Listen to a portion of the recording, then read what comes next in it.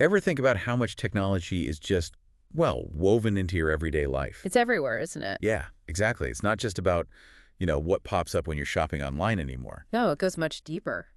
We're talking about algorithms influencing these huge life decisions, medical stuff, even parole hearings. It's quite staggering when you stop and think about it. Right. Digital innovations are undeniably shaping our world.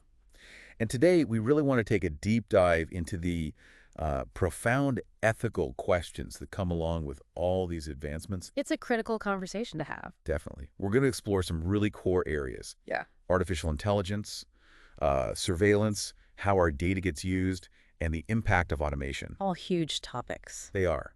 And as we unpack all this, I want you, our listener, to keep a central question in mind. What kind of future do you want to help build? And crucially, what price are we willing to pay for all this technological progress? Yes. We'll be grappling with these big ethical considerations, things like privacy, bias in systems, surveillance, and even what's left of our own agency, our human ability to choose. It touches everything. It really does. Okay, let's dig in. Let's do it. Let's start with data and privacy.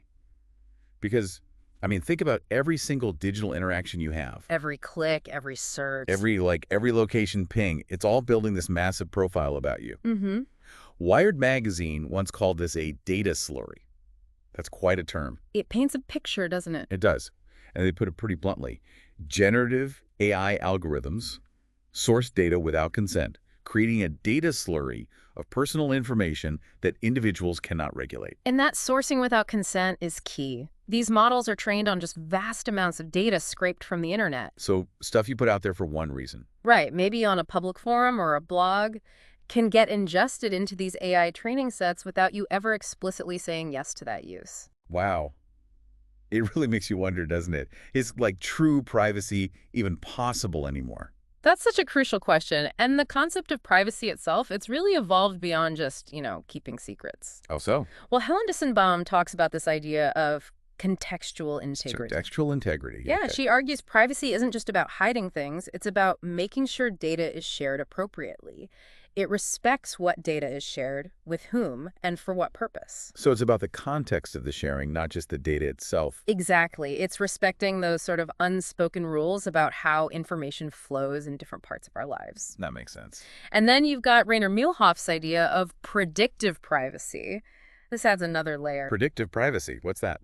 It's not just about the data you actively give away. It's about what can be inferred about you from that data, maybe even combined with other bits of data.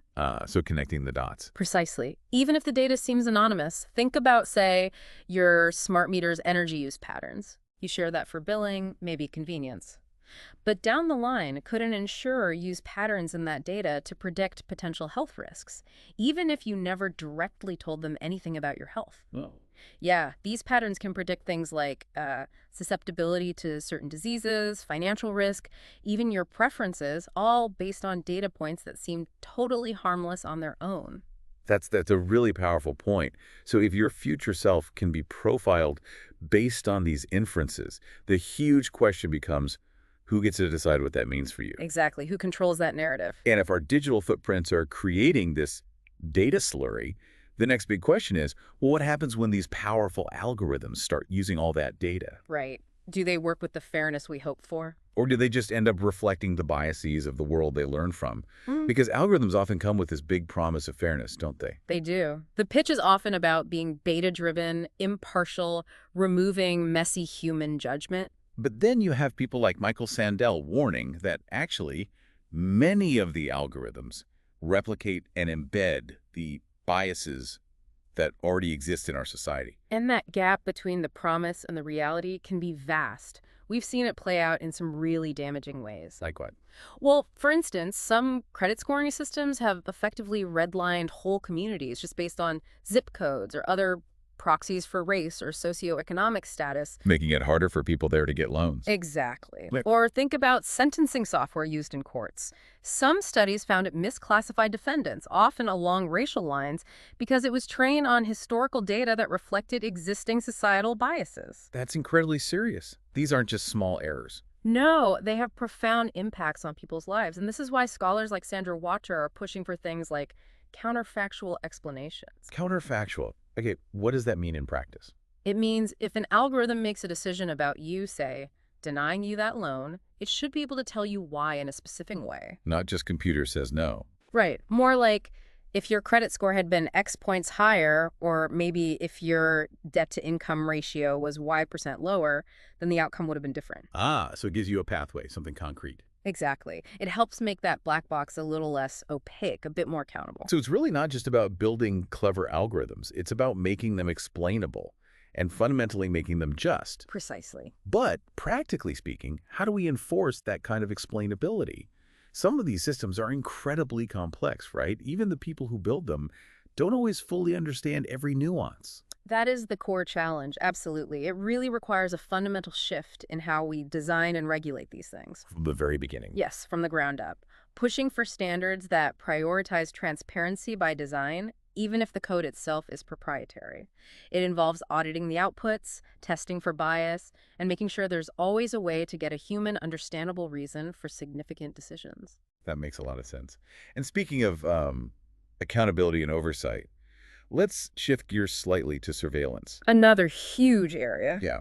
George Orwell's Big Brother is watching you from 1984. It used to feel like, just fiction. Dystopian sci-fi. Right. Yeah, But now, it feels unnervingly real sometimes. We're hearing stats like 176 countries are deploying AI surveillance tech. wow, 176. Yeah. Things like advanced cameras, facial recognition, monitoring huge numbers of people. And the worry is sometimes this leads straight to racial profiling or becomes a tool for authoritarian governments. It fundamentally changes the power dynamic between the individual and the state, or even corporations. Absolutely. It raises massive questions about our privacy, our civil liberties. And what's interesting, or maybe concerning depending on how you look at it, is that even some of the big tech companies seem uneasy. Really? Like who? Well, IBM, for example, actually announced they were getting out of the general-purpose facial recognition and mass surveillance market. Okay, that's significant. And Microsoft has been quite vocal, actually calling for government regulation of facial recognition technology. So even the creators are seeing the potential downsides. It suggests a recognition, even within the industry, of the really significant ethical risks involved. Which leads to that classic question, doesn't it? Quis custodiet ipsos custodes? Who guards the guardians? Mm-hmm. If all our data is being collected and used to watch us, what does that leave for individual liberty for you? It's a chilling thought. And this brings us to a maybe broader point. AI isn't just another tool like a hammer or a spreadsheet. It's becoming a form of power itself. That's a really important framing. Philosopher Nick Bostrom has this warning. He talks about AI potentially becoming any intellect that greatly exceeds the cognitive performance of humans. The idea of superintelligence. Exactly. And he brings up what he calls existential risk, the possibility that AI could somehow surpass human control, maybe even our understanding, with potentially catastrophic consequences. It's a long-term concern for some, but it highlights the sheer potential power we're dealing with. And connecting this to the bigger picture, you see global leaders weighing in too. Yes, absolutely. Figures like Pope Francis, apologies. The source notes Pope Leo IV, likely a symbolic name or a typo in the source material, but let's stick with the source reference. Pope Leo IV emphasizes that AI must serve humanity. Not the other way around. Precisely. Warning against a sort of new Gilded Era where technology creates even greater divides, threatening human dignity and equity. That's a powerful warning. And Friar Paolo Benanti, who advises the Vatican on AI ethics, he frames the core issue so simply, yet so profoundly. He asks, what is the difference between a man who exists and a machine that functions? Wow. That cuts right to it, doesn't it? The difference between existence and function. It really does. It forces us to think about what is uniquely human beyond just processing information or performing tasks. So that distinction. How do we make sure our policies, our societal values actually reflect that difference, especially as AI gets more and more sophisticated, maybe even mimicking empathy or creativity? That's the multi-trillion-dollar question, isn't it? I think it starts with embedding a human-centered approach in absolutely everything we do with AI. Design, deployment, regulation. All of it. The ultimate goal has to be human flourishing, human well-being, not just efficiency metrics or profit margins. That means trying to build human values into the systems, yes, but maybe more importantly, creating those strong legal and ethical frameworks around them that always prioritize human dignity. It sounds like a massive shift in mindset. It is. It requires moving beyond just technical problem solving. These are definitely not just abstract philosophical debates. They feel incredibly urgent.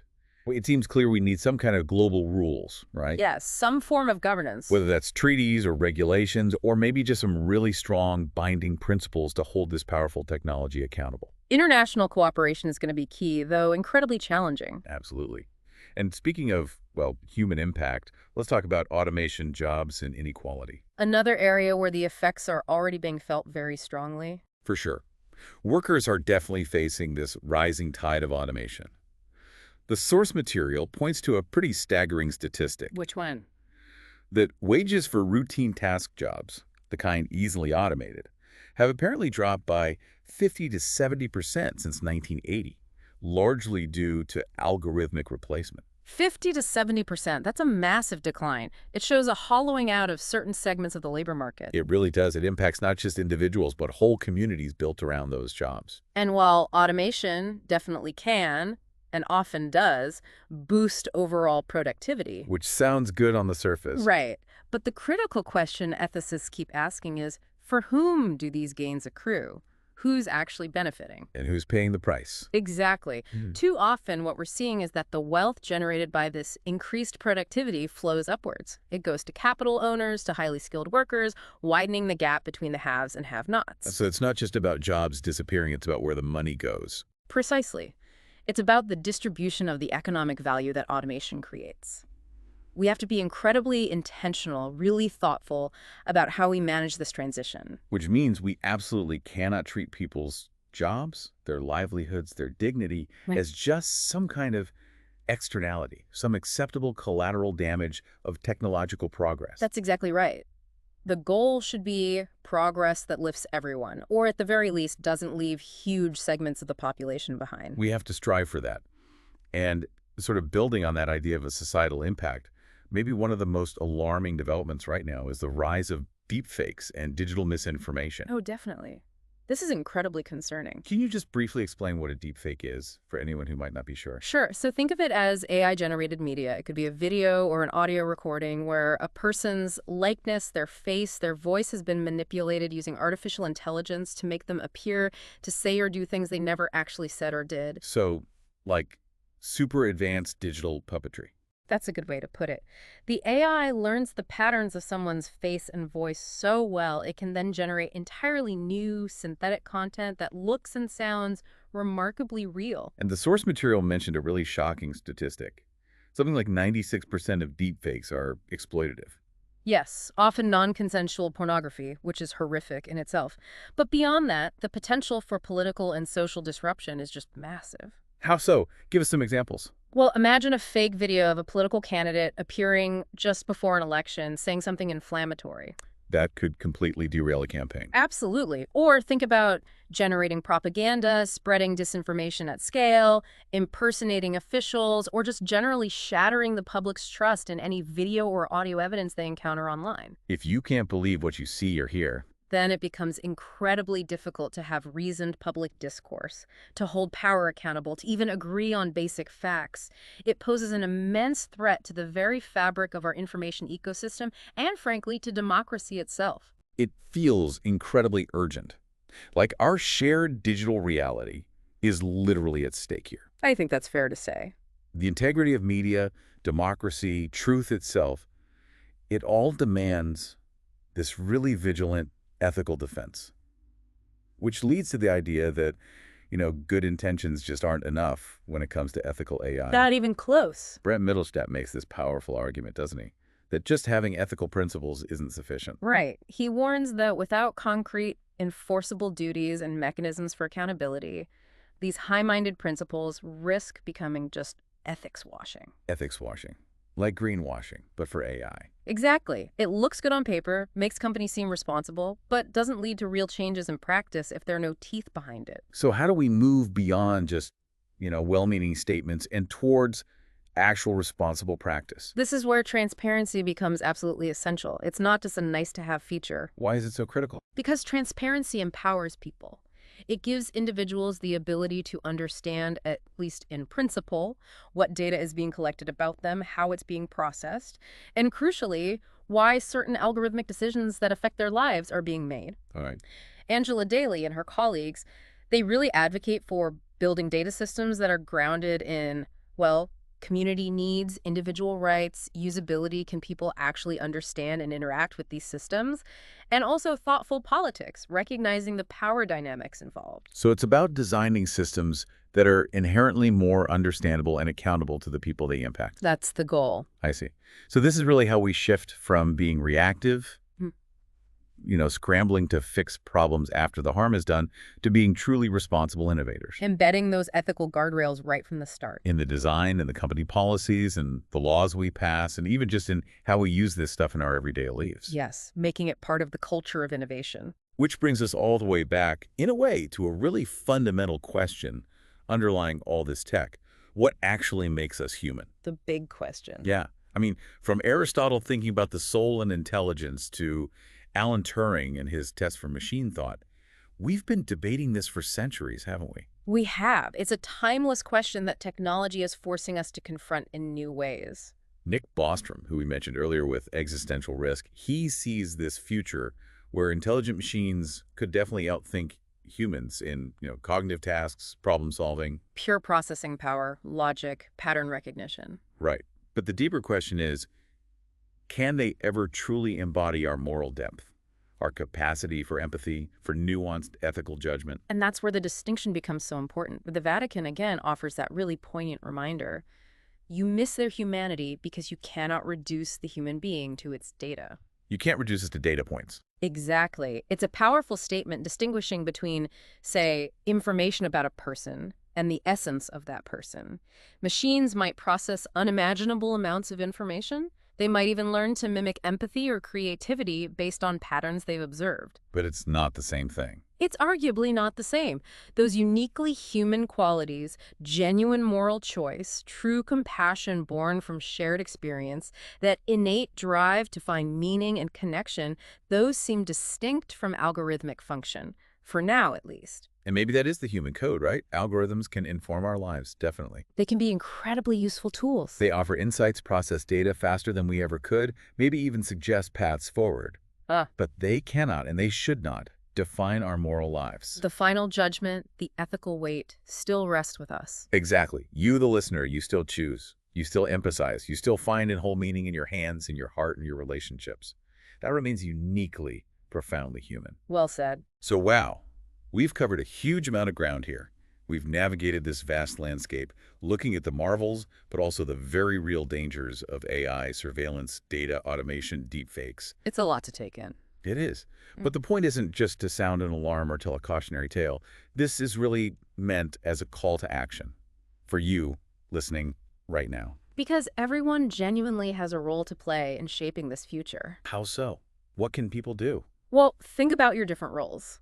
As users of technology, which is pretty much all of us, you can demand better. Demand privacy, demand transparency, demand justice from the platforms and devices you use every single day. Don't just passively accept the terms and conditions. Right. Be conscious consumers, conscious users. Then, for those of you who are creators, maybe you're coding, designing, building systems, the responsibility is immense. Build systems that protect people, that empower them, not systems that exploit or harm. Embed ethics from the start.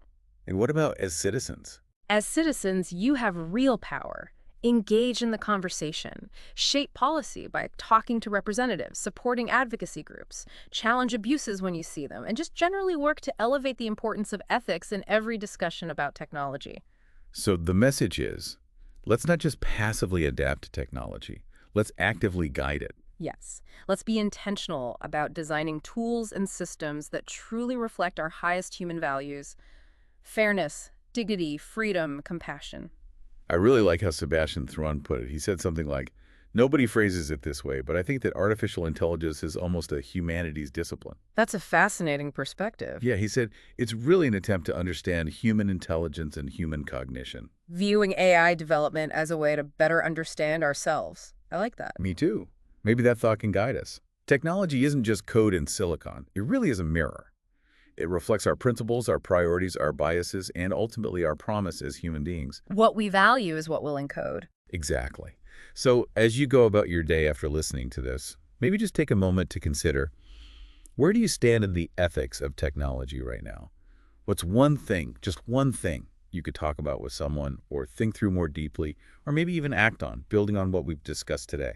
Keep that curiosity, that critical thinking, and that compassion alive as we navigate this together. Well said. Thanks for that deep dive. Thank you. It was a great discussion.